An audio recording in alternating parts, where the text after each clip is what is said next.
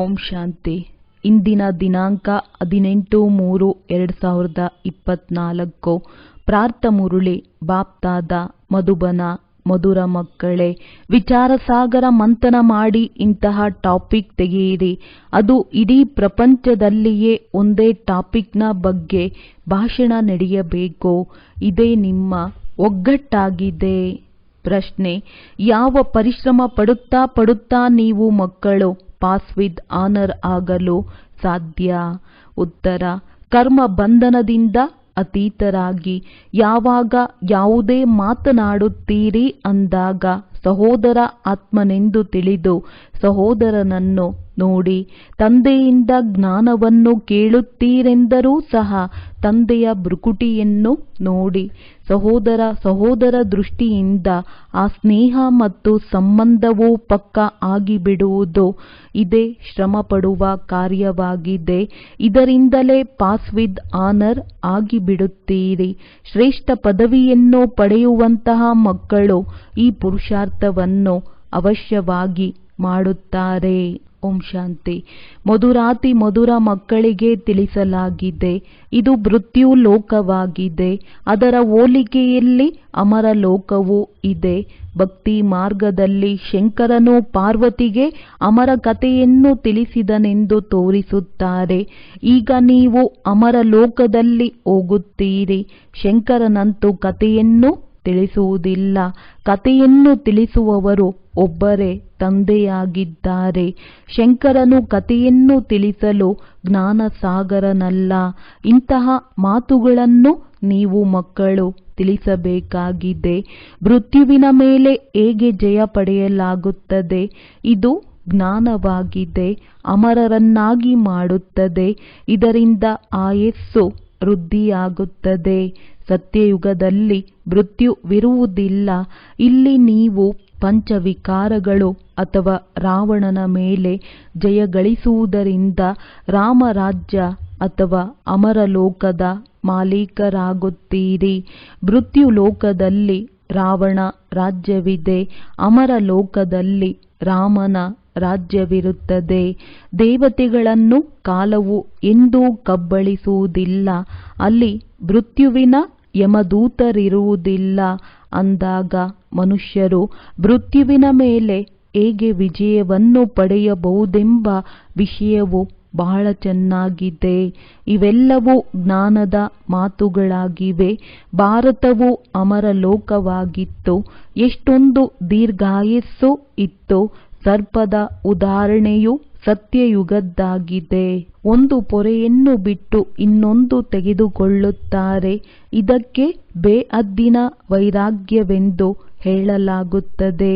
ಇಡೀ ಪ್ರಪಂಚದ ವಿನಾಶವಾಗುವುದು.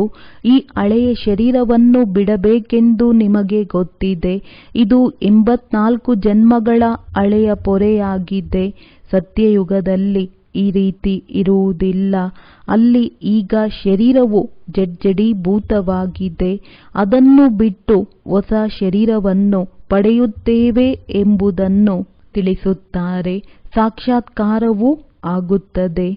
ಅರಿತುಕೊಳ್ಳುವುದನ್ನು ಸಾಕ್ಷಾತ್ಕಾರವೆಂದು ಹೇಳಲಾಗುತ್ತದೆ. ಈಗ ನಮ್ಮ ಹೊಸ ಪೊರೆಯು ತಯಾರಾಗಿದೆ. ಈಗ ಹಳೆಯದನ್ನು ಬಿಡಬೇಕಾಗಿದೆ. ಅಲ್ಲಿಯೂ ಹೀಗೆಯೂ ಆಗುತ್ತದೆ. ಆದರೆ ಇದಕ್ಕೆ ಅಮರ ಲೋಕವೆಂದು ಹೇಳಲಾಗುತ್ತದೆ. ಅಲ್ಲಿ ಮೃತ್ಯು ಬರುವುದಿಲ್ಲ. ಅಂದರೆ ತಾವೇ ಸಮಯದಲ್ಲಿ ಶರೀರವನ್ನು ಬಿಟ್ಟು ಬಿಡುತ್ತಾರೆ. ಅಲ್ಲಿನ ಉದಾಹರಣೆಯು ಇಲ್ಲಿಯದಾಗಿದೆ. ಆಮೆಯು ಕೆಲಸ ಮಾಡಿದ ನಂತರ ಅಂತರ್ಮುಖಿಯಾಗಿ ಬಿಡುತ್ತದೆ. ಈ ಸಮಯದ ಉದಾಹರಣೆಯನ್ನು ಭಕ್ತಿ ಮಾರ್ಗದಲ್ಲಿ ಕಾಪಿ ಮಾಡುತ್ತಾರೆ. ಆದರೆ ಕೇವಲ ಹೇಳಿಕೆಯನ್ನು ತಿಳಿಯುವುದರಲ್ಲಿ ಏನೂ ಇಲ್ಲ. ನೀವಂತೂ ತಿಳಿಯುತ್ತೀರಿ. ರಾಖಿ ಉತ್ಸವ, ದಸರಾ, ದೀಪಾವಳಿ, ಹೋಲಿ ಮೊದಲಾದವುಗಳೆಲ್ಲ ಹಬ್ಬಗಳು ಈ ಸಮಯದ್ದಾಗಿದೆ. ಇವೇ ಭಕ್ತಿ ಮಾರ್ಗದಲ್ಲಿ ನಡೆದಿವೆ. ಅಂದಾಗ ಈ ಮಾತುಗಳು ಸತ್ಯಯುಗದಲ್ಲಿ ನಡೆಯುವುದಿಲ್ಲ. ಮನುಷ್ಯರು ಮೃತ್ಯುವಿನ ಮೇಲೆ ಹೇಗೆ ವಿಜಯ ಗಳಿಸಬಹುದು, ಮೃತ್ಯು ಲೋಕದಿಂದ ಅಮರ ಲೋಕಕ್ಕೆ ಹೇಗೆ ಹೋಗುವುದು ಎಂಬ ಟಾಪಿಕ್ ಬರೆಯಿರಿ. ಇಂತಹ ಮಾತುಗಳ ಬಗ್ಗೆ ತಿಳಿಸುವ ಮೊದಲು ಬರೆಯಬೇಕಾಗುತ್ತದೆ. ಹೇಗೆ ಇಂದು ಇಂತಹ ನಾಟಕವಾಗಿದೆ ಎಂದು ನಾಟಕದ ಕಥೆಯನ್ನು ಬರೆಯುತ್ತಾರೆ, ಹಾಗೆಯೇ ಇಂದು ಇಂತಹ ನಾಟಕವನ್ನು ತಿಳಿಸಲಾಗುತ್ತದೆ ಎಂದು ಜ್ಞಾನ ಬಿಂದುಗಳ ಪಟ್ಟಿಯು ತಯಾರಿರಲಿ. ರಾವಣ ರಾಜ್ಯದಿಂದ ದೈವಿ ರಾಜ್ಯದಲ್ಲಿ ಹೇಗೆ ಹೋದರು? ತಿಳುವಳಿಕೆಯಂತೂ ಬಲೆ ಒಂದೇ ಆಗಿದೆ, ಆದರೆ ಭಿನ್ನ ಭಿನ್ನ ವಿಚಾರಗಳನ್ನು ಹೇಗೆ ಕೇಳುವುದರಿಂದ ಬೇಹದ್ದಿನ ತಂದೆಯಿಂದ ಬೇಹದ್ದಿನ ಆಸ್ತಿಯು ಹೇಗೆ ಸಿಗುತ್ತದೆ ಎಂದು ಖುಷಿಯಾಗುತ್ತದೆ. ಹೇಗೆ ಸನ್ಯಾಸಿಗಳ ಬಗ್ಗೆ ಇಂದು 125ನೇ ಯಜ್ಞವನ್ನು ರಚಿಸಿದ್ದಾರೆ, ಅದರಲ್ಲಿ ಇಂತಹದ್ದನ್ನು ತಿಳಿಸುತ್ತಾರೆಂದು ಪತ್ರಿಕೆಗಳಲ್ಲಿ ಹಾಕಿಸುತ್ತಾರೆ. ಇಲ್ಲಂತೂ ತಂದೆಯೂ ತಿಳಿಸುತ್ತಾರೆ, ಮಕ್ಕಳೇ, ನಾನು ಒಂದೇ ಬಾರಿ ಯಜ್ಞವನ್ನು ರಚಿಸುತ್ತೇನೆ, ಅದರಲ್ಲಿ ಇಡೀ ಹಳೆಯ ಪ್ರಪಂಚವೇ ಸ್ವಾಹ ಆಗಿಬಿಡುತ್ತದೆ. ಅವರಂತೂ ಅನೇಕ ಯಜ್ಞಗಳನ್ನು ರಚಿಸುತ್ತಾರೆ, ಆದರೆ ಇಲ್ಲಿ ನಿಮಗೆ ಗೊತ್ತಿದೆ, ಈ ರುದ್ರ ಶಿವ ತಂದೆಯದು ಒಂದೇ ಯಜ್ಞವಾಗಿದೆ. ಇದರಲ್ಲಿ ಪೂರ್ಣ ಹಳೆಯ ಪ್ರಪಂಚವು ಸ್ವಾಹ ಆಗಿಬಿಡುತ್ತದೆ, ಹೊಸ ಪ್ರಪಂಚದ ಸ್ಥಾಪನೆಯಾಗಿ ಬಿಡುತ್ತದೆ ಮತ್ತು ನೀವು ಹೋಗಿ ದೇವತೆಗಳಾಗುತ್ತೀರಿ. ಇದನ್ನು ಸಹ ನಿಮಗೆ ತಂದೆಯು ತಿಳಿಸುತ್ತಾರೆ. ರಚಯಿತ ತಂದೆಯು ಬಂದು ತಮ್ಮ ಮತ್ತು ರಚನೆಯ ಆದಿ ಮಧ್ಯ ಅಂತ್ಯದ ಪೂರ್ಣ ಜ್ಞಾನವನ್ನು ತಿಳಿಸುತ್ತಾರೆ ಮತ್ತು ರಾಜಯೋಗವನ್ನು ಕಲಿಸುತ್ತಾರೆ. ಸತ್ಯಯುಗದಲ್ಲಂತೂ ಇರುವುದು ಪವಿತ್ರ ದೇವತೆಗಳು, ಆದರೂ ರಾಜ್ಯಭಾರವನ್ನು ಮಾಡುತ್ತಾರೆ. ಅದಕ್ಕೆ ಆದಿ ಸನಾತನ ದೇವಿ ದೇವತಾ ಧರ್ಮವೆಂದು ಹೇಳಲಾಗುತ್ತದೆ. ನೀವು ಈ ಟಾಪಿಕ್ ಸಹ ಇಡಬಹುದು. ಆದಿ ಸನಾತನ ಸತ್ಯಯುಗಿ ದೇವಿ ದೇವತಾ ಧರ್ಮದ ಸ್ಥಾಪನೆಯು ಹೇಗಾಗುತ್ತಿದೆ, ವಿಶ್ವದಲ್ಲಿ ಶಾಂತಿಯು ಹೇಗೆ ಸ್ಥಾಪನೆಯಾಗುತ್ತದೆ ಎಂಬುದನ್ನು ಬಂದು ತಿಳಿದುಕೊಳ್ಳಿ. ಪರಂಪಿತ ಪರಮಾತ್ಮನ ವಿನಃ ವಿಶ್ವದಲ್ಲಿ ಶಾಂತಿ ಸ್ಥಾಪನೆ ಮಾಡುವ ಸಲಹೆಯನ್ನು ಮತ್ಯಾರೂ ಕೊಡಲು ಸಾಧ್ಯವಿಲ್ಲ. ಸಲಹೆ ಕೊಡುವವರಿಗೂ ಬಹುಮಾನ ಸಿಗುತ್ತದೆ. ವಿಶ್ವದಲ್ಲಿ ಶಾಂತಿ ಸ್ಥಾಪನೆ ಮಾಡುವ ಬಹುಮಾನ ಹೇಗೆ ಮತ್ತು ಯಾರು ಕೊಡುತ್ತಾರೆ, ಇದು ಸಹ ವಿಷಯವಾಗಿದೆ. ಹೀಗೆ ವಿಚಾರ ಸಾಗರ ಮಂಥನ ಮಾಡಿ ಇಂತಹ ಟಾಪಿಕ್ ರಚಿಸಬೇಕು ಮತ್ತು ಈ ರೀತಿ ಪ್ರಬಂಧವಿರಬೇಕು. ಎಲ್ಲ ಸ್ಥಾನಗಳಲ್ಲಿ ಒಂದೇ ವಿಷಯವಿರಬೇಕು, ಆಗ ಎಲ್ಲರ ಸಂಬಂಧವಿರುತ್ತದೆ. ಇದರ ಪ್ರತಿಯನ್ನು ಮಾಡಿ ಮೊದಲು ಸೂಚನೆ ಕೊಡಬೇಕು, ಮತ್ತೆ ಆ ಸಮಾಚಾರವು ದೆಹಲಿಗೆ ಬರಬೇಕು.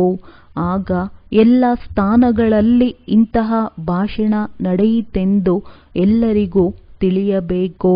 ಇದಕ್ಕೆ ಏಕತೆ ಎಂದು ಹೇಳಲಾಗುತ್ತದೆ. ಇಡೀ ಪ್ರಪಂಚದಲ್ಲಿ ಅನೇಕತೆ ಇದೆ. ರಾಮರಾಜ್ಯದಲ್ಲಿ ಹಸು ಹುಲಿಯು ಒಟ್ಟಿಗೆ ನೀರು ಕುಡಿಯುತ್ತಿದ್ದವು ಎಂದು ರಾಮರಾಜ್ಯದ ಗಾಯನವಿದೆ. ತ್ರೇತಾಯುಗದ್ದೇ ಇಂತಹ ಗಾಯನವಿದೆ ಎಂದರೆ ಸತ್ಯಯುಗದಲ್ಲಿ ಇನ್ನೂ ಹೇಗಿರಬಹುದು? ಶಾಸ್ತ್ರದಲ್ಲಂತೂ ಅನೇಕ ಕಥೆಗಳನ್ನು ಬರೆದಿದ್ದಾರೆ, ಆದರೆ ತಾವು ತಂದೆಯಿಂದ ಒಂದೇ ಕಥೆಯನ್ನು ಕೇಳುತ್ತೀರಿ. ಪ್ರಪಂಚದಲ್ಲಿ ಅನೇಕ ಕಥೆಗಳನ್ನು ರಚಿಸುತ್ತಿರುತ್ತಾರೆ. ದ್ವಾಪರದಿಂದ ಹಿಡಿದು ಕಲಿಯುಗದವರೆಗೆ ಏನೆಲ್ಲ ಶಾಸ್ತ್ರಗಳು ನಡೆಯುತ್ತವೆಯೋ ಅದು ಸತ್ಯಯುಗದಲ್ಲಿರುವುದಿಲ್ಲ.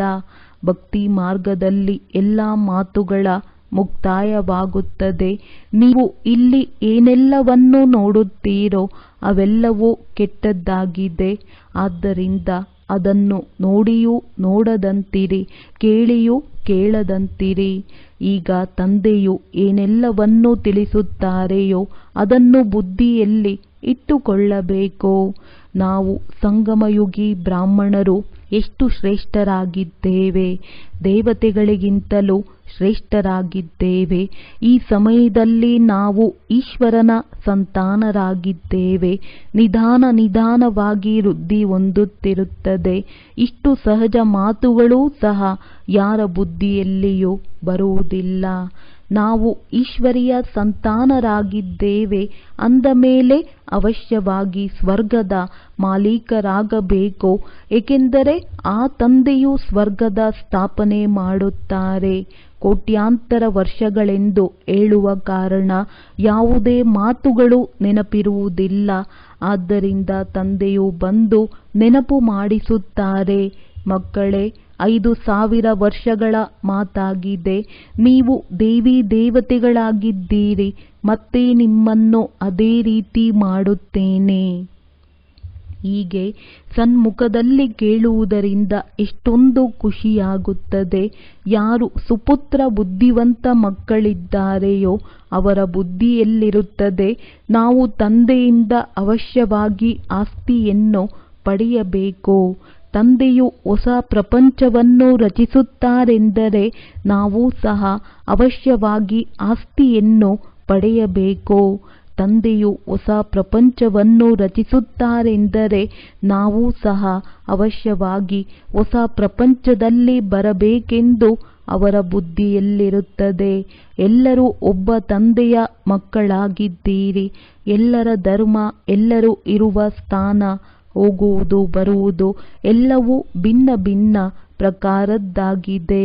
ಹೇಗೆ ಹೋಗಿ ಮೂಲವತನದಲ್ಲಿ ನಿವಾಸ ಮಾಡುತ್ತೇವೆ, ಇದು ಸಹ ಬುದ್ಧಿಯಲ್ಲಿದೆ. ಮೂಲವತನದಲ್ಲಿಯೂ ವಂಶಾವಳಿ ಇದೆ. ಸೂಕ್ಷ್ಮವತನದಲ್ಲಿ ವಂಶಾವಳಿ ತೋರಿಸಲು ಸಾಧ್ಯವಾಗುವುದಿಲ್ಲ. ಅಲ್ಲಿ ಏನೆಲ್ಲ ತೋರಿಸಲಾಗುವುದೋ ಅದು ಸಾಕ್ಷಾತ್ಕಾರದ ಮಾತಾಗಿದೆ. ಇದೆಲ್ಲವೂ ಡ್ರಾಮಾದಲ್ಲಿ ನಿಗದಿಯಾಗಿದೆ. ನಂತರ ಸೂಕ್ಷ್ಮವತನದಲ್ಲಿಯೂ ಹೋಗುವಿರಿ. ಅಲ್ಲಿ ಮೂವಿ ನಡೆಯುವುದು. ಮಧ್ಯದಲ್ಲಿ ಮೂವಿಯದ್ದು ಸಹ ಡ್ರಾಮಾ ಮಾಡಲಾಗಿತ್ತು. ನಂತರ ಟಾಕಿ ಆಯಿತು. ನಿಶಬ್ದವಂತೂ ಡ್ರಾಮಾ ಮಾಡಲು ಸಾಧ್ಯವಿಲ್ಲ. ಮಕ್ಕಳು ತಿಳಿದಿದ್ದಾರೆ ನಾವು ಸೈಲೆನ್ಸ್ನಲ್ಲಿ ಹೇಗೆ ಇರುತ್ತೇವೆಂದು. ಹೇಗೆ ಅಲ್ಲಿ ಆತ್ಮಗಳ ವಂಶಾವಳಿ ಇದೆ, ಅದೇ ರೀತಿ ಇಲ್ಲಿ ಮನುಷ್ಯರದ್ದಿದೆ. ಆದ್ದರಿಂದ ಇಂತಿಂತಹ ಮಾತುಗಳನ್ನು ನೀವು ಬುದ್ಧಿಯಲ್ಲಿಟ್ಟುಕೊಂಡು ಭಾಷಣವನ್ನು ಮಾಡಬಹುದು. ಆದರೂ ಸಹ ವಿದ್ಯೆಯಲ್ಲಿ ಸಮಯ ತೆಗೆದುಕೊಳ್ಳುತ್ತದೆ. ಇದನ್ನು ಸಹ ತಿಳಿದಿದ್ದರೂ ನೆನಪಿನ ಯಾತ್ರೆ ಎಲ್ಲಿ, ಯಾವುದರಿಂದ ಧಾರಣೆ ಹಾಗೂ ಖುಷಿಯಾಗುವುದು. ಈಗ ನೀವು ಯಥಾರ್ಥ ರೀತಿಯಲ್ಲಿ ಯೋಗವನ್ನು ಕಲಿಯುತ್ತಿರುವಿರಿ. ಮಕ್ಕಳಿಗೆ ತಿಳಿಸಲಾಗಿದೆ, ಎಲ್ಲರನ್ನೂ ಸಹೋದರರಾಗಿ ನೋಡಿ. ಆತ್ಮದ ಸಿಂಹಾಸನವಂತೂ ಇದಾಗಿದೆ. ಇದರಿಂದ ಭಾಗೀರಥ ಬಾಬಾರವರ ಸಿಂಹಾಸನವೂ ಸಹ ಪ್ರಸಿದ್ಧವಾಗಿದೆ. ಯಾವಾಗ ಯಾರಿಗಾದರೂ ತಿಳಿಸುವಾಗಲೂ ಸಹ ಹೀಗೆ ತಿಳಿಸಿ, ನಾವು ಸಹೋದರನಿಗೆ ತಿಳಿಸುತ್ತಿದ್ದೇವೆ. ಇದೇ ದೃಷ್ಟಿ ಇರಲಿ. ಇದರಲ್ಲಿಯೇ ಬಹಳ ಪರಿಶ್ರಮವಿದೆ. ಪರಿಶ್ರಮಕ್ಕಿಂತಲೂ ಶ್ರೇಷ್ಠ ಪದವಿ ಸಿಗುವುದು. ತಂದೆಯೂ ಸಹ ಹಾಗೆ ನೋಡುತ್ತಾರೆ. ತಂದೆಯ ದೃಷ್ಟಿಯೂ ಸಹ ಭ್ರುಕುಟಿಯ ಮಧ್ಯೆ ಹೋಗುವುದು. ಆತ್ಮವಂತೂ ಅತಿ ಸೂಕ್ಷ್ಮ ಬಿಂದುವಾಗಿದೆ. ಕೇಳುವುದು ಸಹ ಅದೇ. ನೀವು ತಂದೆಯನ್ನು ಸಹ ಭ್ರುಕುಟಿಯ ಮಧ್ಯೆ ನೋಡುವಿರಿ. ಬಾಬಾ ಸಹ ಇಲ್ಲಿದ್ದರೆ ಸಹೋದರ ಬ್ರಹ್ಮನ ಆತ್ಮ ಸಹ ಇಲ್ಲೇ ಇದ್ದಾರೆ. ಈ ರೀತಿ ಬುದ್ಧಿಯಲ್ಲಿರುವುದರಿಂದ ನೀವು ಸಹ ಹೇಗೆ ಜ್ಞಾನಸಾಗರನ ಮಕ್ಕಳು ಜ್ಞಾನಸಾಗರ ಆಗಿಬಿಡುವಿರಿ. ನಿಮಗಾಗಿ ಎಂತೂ ಬಹಳ ಸಹಜವಾಗಿದೆ. ಗೃಹಸ್ಥ ವ್ಯವಹಾರದಲ್ಲಿರುವವರಿಗೆ ಈ ಅವಸ್ಥೆ ಸ್ವಲ್ಪ ಕಷ್ಟ. ಕೇಳಿಕೊಂಡು ಮನೆಗೆ ಹೋಗಿಬಿಡುವಿರಿ. ಅಲ್ಲಿನ ವಾತಾವರಣವೇ ಬೇರೆಯಾಗಿದೆ. ಇದು ಸಹಜವಾಗಿದೆ. ಬಾಬಾ ಬಹಳ ಸಹಜವಾದ ಯುಕ್ತಿಗಳನ್ನು ತಿಳಿಸುತ್ತಾರೆ. ನಿಮ್ಮನ್ನು ಆತ್ಮ ಎಂದು ತಿಳಿದುಕೊಳ್ಳಿ. ತಂದೆಯನ್ನು ನೆನಪು ಮಾಡಿ. ಇವರೂ ಸಹ ಸಹೋದರ ಆಗಿದ್ದಾರೆ. ಈ ದೃಷ್ಟಿಯಿಂದ ಕರ್ಮ ಬಂಧನದಿಂದ ಅತೀತ ಆಗಿಬಿಡುವಿರಿ. ಶರೀರವನ್ನು ಸಹ ಮರೆತು ಬಿಡುವಿರಿ. ಕೇವಲ ತಂದೆ ಮಾತ್ರ ನೆನಪಿರುತ್ತಾರೆ. ಇದರಲ್ಲಿ ಪರಿಶ್ರಮ ಪಡೆಯುತ್ತಿರುವಿರಿ. ಆಗ ಪಾಸ್ ವಿತ್ ಆನರ್ ಆಗುವಿರಿ. ಇಂತಹ ಅವಸ್ಥೆಯಲ್ಲಿ ವಿರಳವಾಗಿ ಕೆಲವರು ಇರುತ್ತಾರೆ. ವಿಶ್ವದ ಮಾಲೀಕರೂ ಸಹ ಅವರೇ ಆಗುತ್ತಾರೆ. 8 ರತ್ನಗಳ ಮಾಲೆ ಸಹ ಇದೆಯಲ್ಲವೇ? ಆದ್ದರಿಂದ ಪುರುಷಾರ್ಥ ಮಾಡಬೇಕು. ಉನ್ನತ ಪದವಿ ಪಡೆಯುವಂತವರು ಹೇಗಾದರೂ ಮಾಡಿ ಖಂಡಿತ ಪುರುಷಾರ್ಥ ಮಾಡಬಹುದು.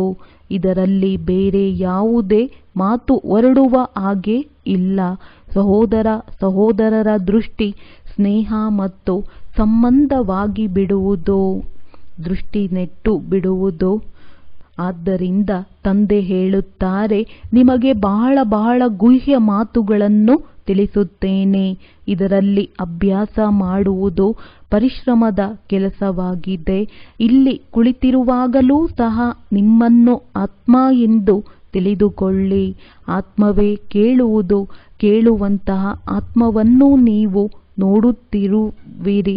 ಮನುಷ್ಯರಂತೂ ಹೇಳಿಬಿಡುತ್ತಾರೆ, ಆತ್ಮ ನಿರ್ಲೇಪವಾಗಿದೆ, ಬಾಕಿ ಶರೀರ ಏನು ಕೇಳುತ್ತದೆ. ಇದು ತಪ್ಪಾಗಿದೆ. ತಂದೆ ನಿಮಗೆ ಗುಹ್ಯ ಮಾತುಗಳನ್ನು ಹೇಳುತ್ತಾರೆ. ಪರಿಶ್ರಮವಂತೂ ಮಕ್ಕಳು ಮಾಡಬೇಕಿದೆ.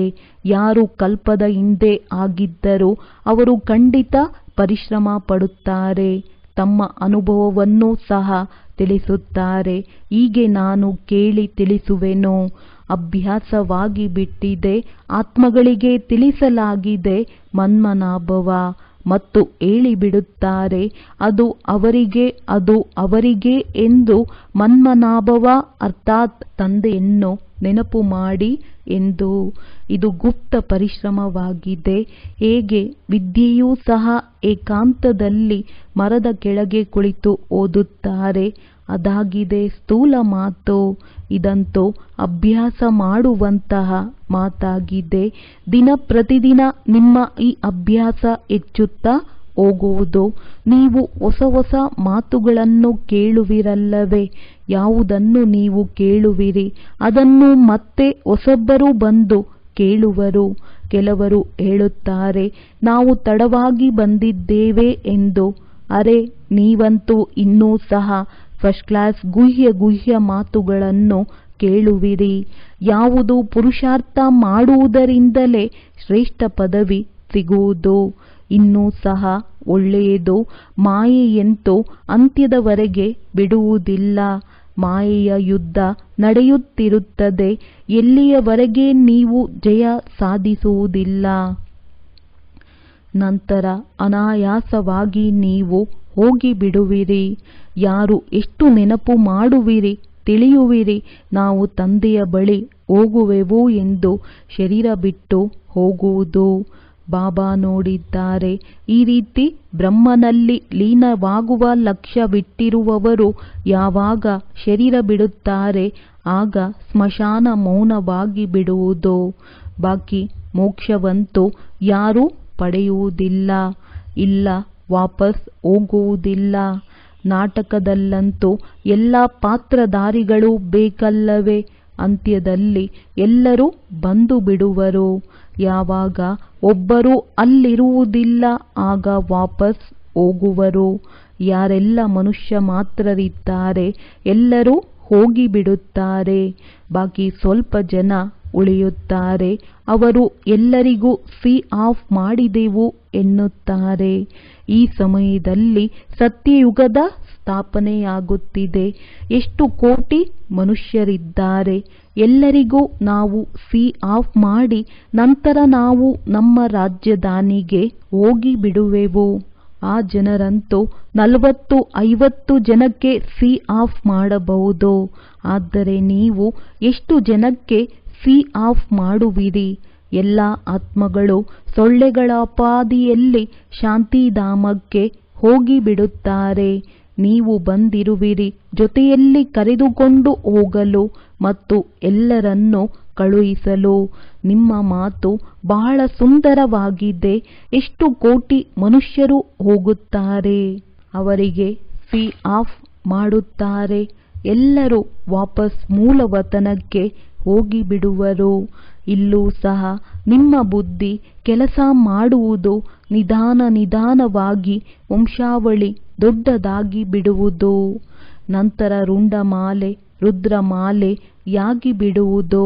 ಈ ಮಾತು ನಿಮ್ಮ ಬುದ್ಧಿಯಲ್ಲಿದೆ. ರುದ್ರಮಾಲೆ ರುಂಡಮಾಲೆ ಹೇಗೆ ಆಗುವುದು ಎಂದು ನಿಮ್ಮಲ್ಲಿಯೂ ಸಹ ವಿಶಾಲ ಬುದ್ಧಿ ಇದೆ. ಅವರೇ ಈ ಮಾತುಗಳನ್ನು ತಿಳಿದುಕೊಳ್ಳಲು ಸಾಧ್ಯ. ಅನೇಕ ಪ್ರಕಾರದಿಂದ ತಂದೆ ತಿಳಿಸಿ ಹೇಳುತ್ತಿರುತ್ತಾರೆ ನೆನಪು ಮಾಡುವುದಕ್ಕಾಗಿ.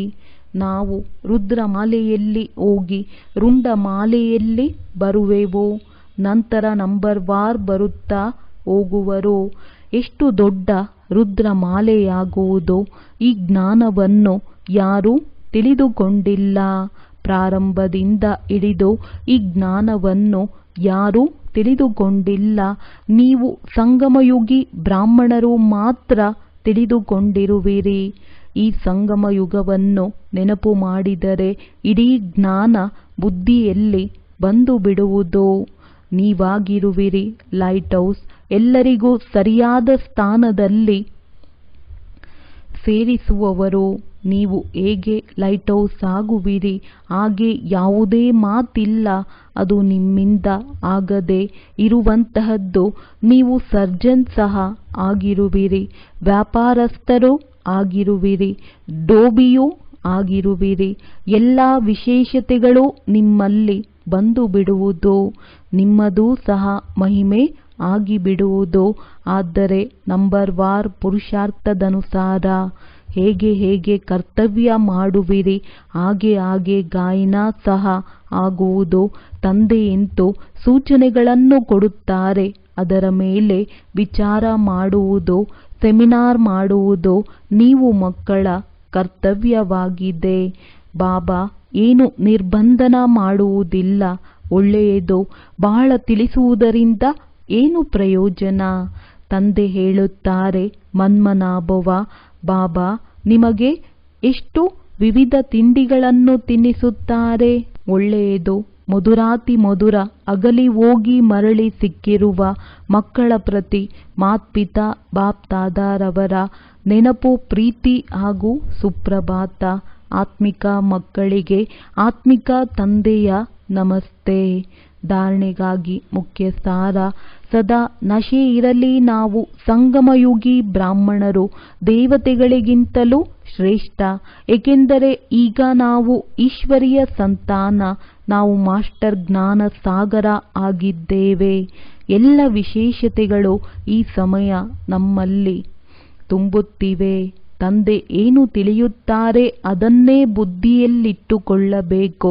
ಬಾಕಿ ಯಾವುದನ್ನು ಕೇಳುತ್ತಿದ್ದರೂ ಕೇಳಬೇಡಿ, ನೋಡುತ್ತಿದ್ದರೂ ನೋಡಬೇಡಿ. ಕೆಟ್ಟದನ್ನು ಕೇಳಬೇಡಿ, ಕೆಟ್ಟದನ್ನು ನೋಡಬೇಡಿ. ವರದಾನ. ಈಶ್ವರಿಯ ಸೇವೆಯ ಮೂಲಕ ವಿಭಿನ್ನ ಮೇವವನ್ನು ಪ್ರಾಪ್ತಿ ಮಾಡಿಕೊಳ್ಳುವಂತಹ ಅಧಿಕಾರಿ ಆತ್ಮಭವ. ಸೇವೆ ಮಾಡಿದಾಗ ಮೇವ ಸಿಗುತ್ತದೆ ಎಂದು ಹೇಳಲಾಗುತ್ತದೆ. ಈಶ್ವರಿಯ ಜ್ಞಾನ ಕೊಡುವುದೇ ಈಶ್ವರಿಯ ಸೇವೆಯಾಗಿದೆ. ಯಾರು ಇಲ್ಲಿ ಸೇವೆ ಮಾಡುತ್ತಾರೆ ಅವರಿಗೆ ಅತೀಂದ್ರಿಯ ಸುಖದ ಶಕ್ತಿಗಳ ಖುಷಿಯ ಭಿನ್ನ ಮೇವು ಸಿಗುವುದು. ನೀವು ಬ್ರಾಹ್ಮಣರೇ ಇದರ ಅಧಿಕಾರಿಯಾಗಿರುವಿರಿ. ಏಕೆಂದರೆ ನಿಮ್ಮ ಕೆಲಸವೇ ಆಗಿದೆ ಈಶ್ವರಿಯ ವಿದ್ಯೆಯನ್ನು ಓದುವುದು ಹಾಗೂ ಓದಿಸುವುದು. ಯಾವುದರಿಂದ ಈಶ್ವರನವರಾದಿರಿ. ಆದ್ದರಿಂದ ಇಂತಹ ಈಶ್ವರಿಯ ಸೇವೆ ಮಾಡುವುದರಿಂದ ಈಶ್ವರಿಯ ಫಲದ ಅಧಿಕಾರಿಗಳಾದಿರಿ. ಇದೇ ನಶೆಯಲ್ಲಿರಿ. ಸ್ಲೋಗನ್. ತಂದೆಯ ಜೊತೆಯಲ್ಲಿರುತ್ತಾ ಕರ್ಮ ಮಾಡಿ ಆಗ ಡಬಲ್ ಲೈಟ್ ಆಗುವಿರಿ. ಒಳ್ಳೆಯದು. ಓಂ ಶಾಂತಿ.